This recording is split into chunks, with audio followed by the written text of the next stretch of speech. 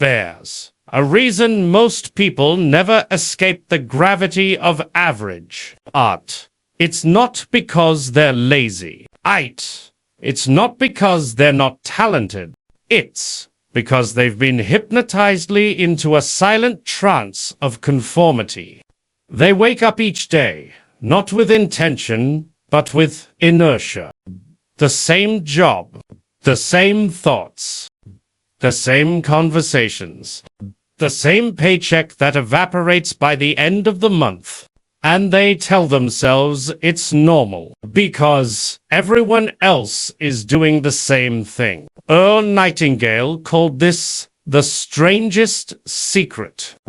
The idea that we become what we think about, not what we hope for, not what we pretend to chase, but what we actually dwell on day in and day out.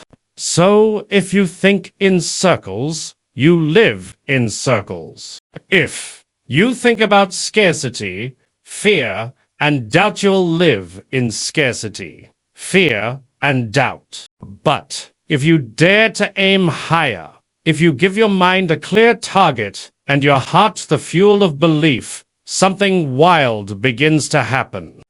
The world shifts, slowly at first, then all at once. You've seen it. Few who rise, the 5% who break free, who walk different, who speak with purpose, Busher who seem to attract success, like iron filings to a magnet.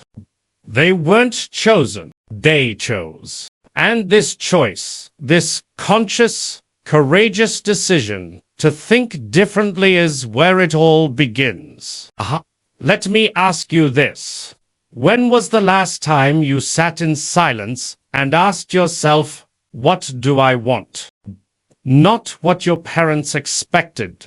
Not what your boss needs. Not what society says you should chase. Or what lights your soul on fire. What vision won't leave you alone at 3 a.m. Because if you haven't defined it, if you haven't planted that seed, you're not living. You're drifting. A ship without a rudder doesn't just wander. It wrecks. And most people live like that. They burn daylight, chasing nothing. Working for weekends, dreading Mondays. Swiping, scrolling, existing. That's why by the time they hit 65, only 1 in 100 is rich.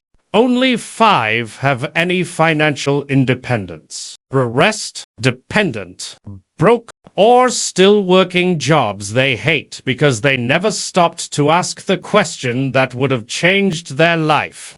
What do I truly want to become?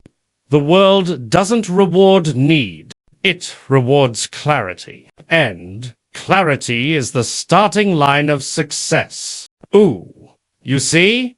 Every skyscraper begins as a blueprint. Every fortune begins as a thought. Every revolution begins with a whisper. What if the tragedy? Most never whisper back. They settle. They shrink. They compare. They conform. Rollo May said it best. The opposite of courage in our society is not cowardice, it's conformity. You don't need more motivation. You need more direction. Because the moment you define the target, your miracle of divine engineering begins working in harmony with your desires. Call it faith.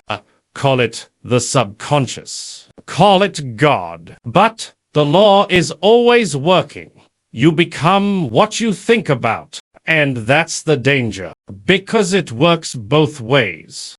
If you plant poison, you get poison.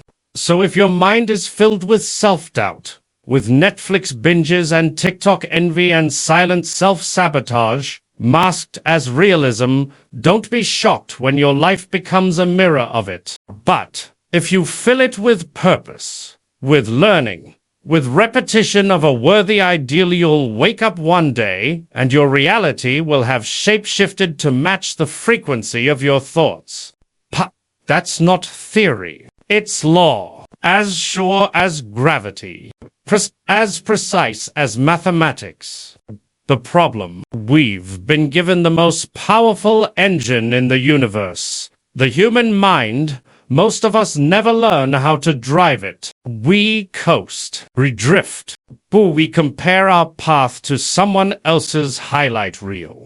And we wonder why it all feels empty. But those who rise the top 5%, they understand. They choose a purpose, and they plant it in the garden of the mind. Then they guard it. Then they feed it.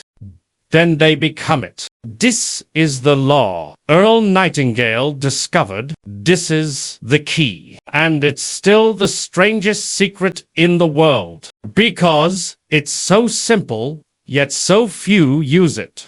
You are the farmer. Your thoughts are the seeds. Plant corn, get corn. Plant nightshade, get poison. Your results will always reflect what you allow to grow between your ears. And once you see that truth, really see its jewel. Never blame your boss, your past, your upbringing, or your circumstances again, because you'll realize the pen has always been in your hands.